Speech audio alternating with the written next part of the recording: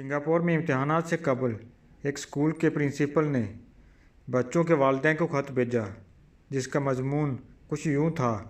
मुहतरम वालिदैन, आपके बच्चों के इम्तिहानात जल्द ही शुरू होने वाले हैं।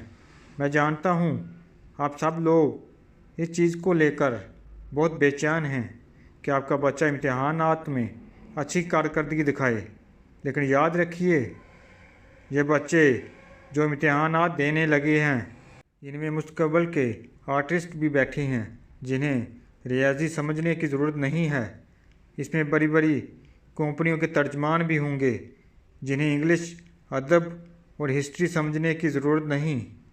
इन बच्चों में मुस्तकबिल के अदीब भी बैठे होंगे जिनके लिए केमिस्ट्री के कम मार्क्स कोई मायने नहीं रखते। इनसे इनके मुस्तकबिल पर कोई असर नहीं पड़ने वाला। इन बच्चों में एथलीट्स भी हो सकते हैं जिनके फ़िज़िक्स के मार्क्स से ज़्यादा इनकी फ़िटनेस अहम है।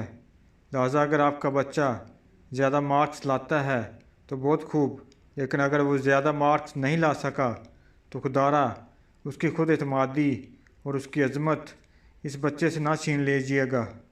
अगर वो मेहनत के बावजूद बहुत अच्छे मार्क्स ना ला सके तो इन्हें हौसला दीजिएगा कि कोई बात नहीं, ये एक छोटा सा इम्तिहान ही था। वो ज़िंदगी में इससे भी कुछ बड़ा करने के लिए बनाए गए हैं।